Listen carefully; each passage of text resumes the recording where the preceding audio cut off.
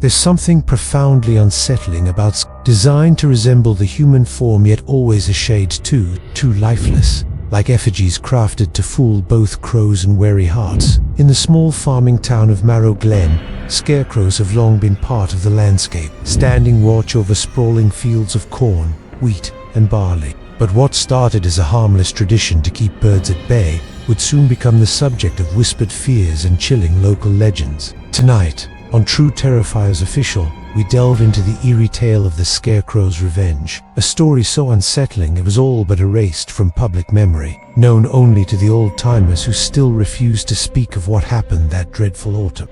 Our story begins in the late 1970s, a time when Marrow Glen thrived on agriculture and small-town simplicity. Every farm along Hollow Road constructed its own scarecrow for the harvest festival, each more elaborate than the last. But one man, Jedediah Crone, created a scarecrow so disturbingly lifelike, it unsettled the entire town. Jedediah, a recluse and rumored to be a practitioner of folk rituals, built his scarecrow from more than wood and hay, dressed in a tattered leather coat, faded jeans, and a wide-brimmed hat stitched together from patchwork cloth. The scarecrow's head was a burlap sack drawn tight over what locals swore was a real skull. Its hands, gloved in old-work mittens, hung at unnatural angles, and its button eyes seemed to follow you no matter where you stood. Jedediah called it Morrow after the field it guarded, and warned the townsfolk never to approach it after sundown. For years, strange occurrences plagued the fields around Morrow.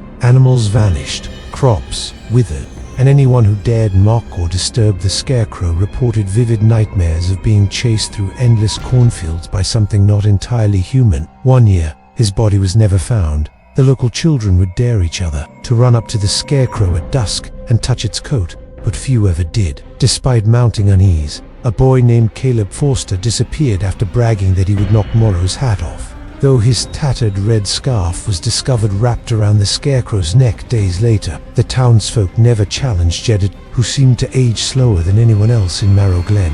But no one dared touch the scarecrow. Rumors claimed he spoke to Morrow late at night and left offerings at its feet: crow's wings, dead rabbits, and crude symbols made of twigs. Then, one harsh October, Jedediah was found dead in his home, an expression of frozen terror on his face. Some claimed he'd finally reaped the price for his dark arts, while others whispered that Morrow had claimed its master. As decades passed, Morrow became a legend.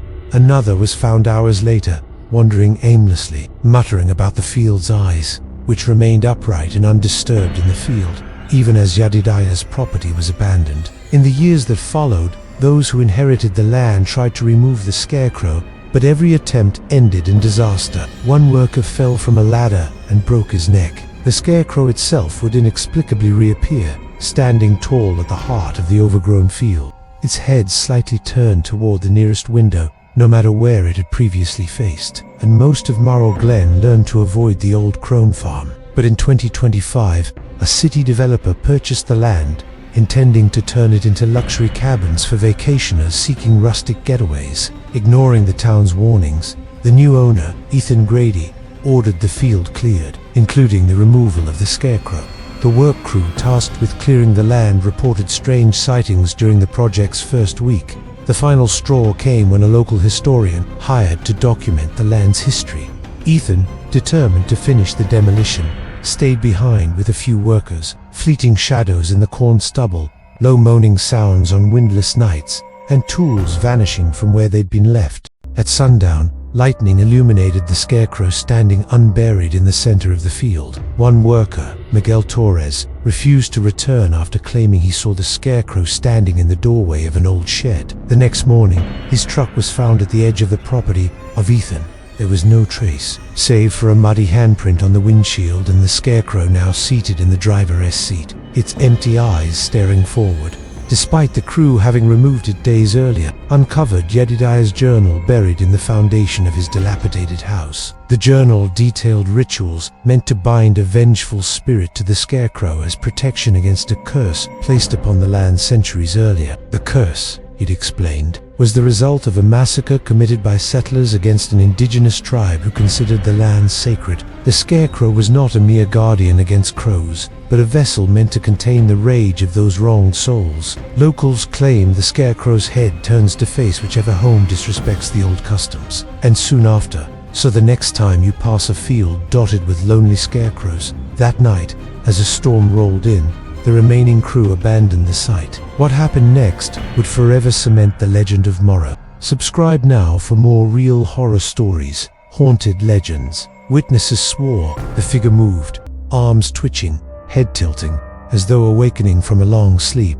Panicked, the workers fled, leaving Ethan alone in the storm, its doors wide open, engines still running. To this day, the property remains abandoned, the cabins half-finished and overgrown with vines. No one in Marrow Glen dares step foot on the land after nightfall, and every autumn, without fail, a fresh offering, a bundle of twigs bound with red twine, appears at the foot of the Scarecrow, now weathered but standing tall as ever. That household will be plagued by strange noises, dead birds on their porch, and dreams of a figure standing at the foot of their bed. This is the legend of Scarecrow's Revenge, a tale that reminds us some things were never meant to be disturbed, and that the old ways, though forgotten by men, are never forgotten by the land. Take a moment to tip your hat, for you might not be looking at just straw and cloth. It might be watching you back. If you've ever encountered something eerie in a desolate field, felt unseen eyes upon you, or heard a voice call your name on the wind, share your story in the comments below. Your experience could be featured in a future episode of True Terrifiers Official, and Eerie True Encounters posted weekly. And remember, in places where old stories linger, something always listens.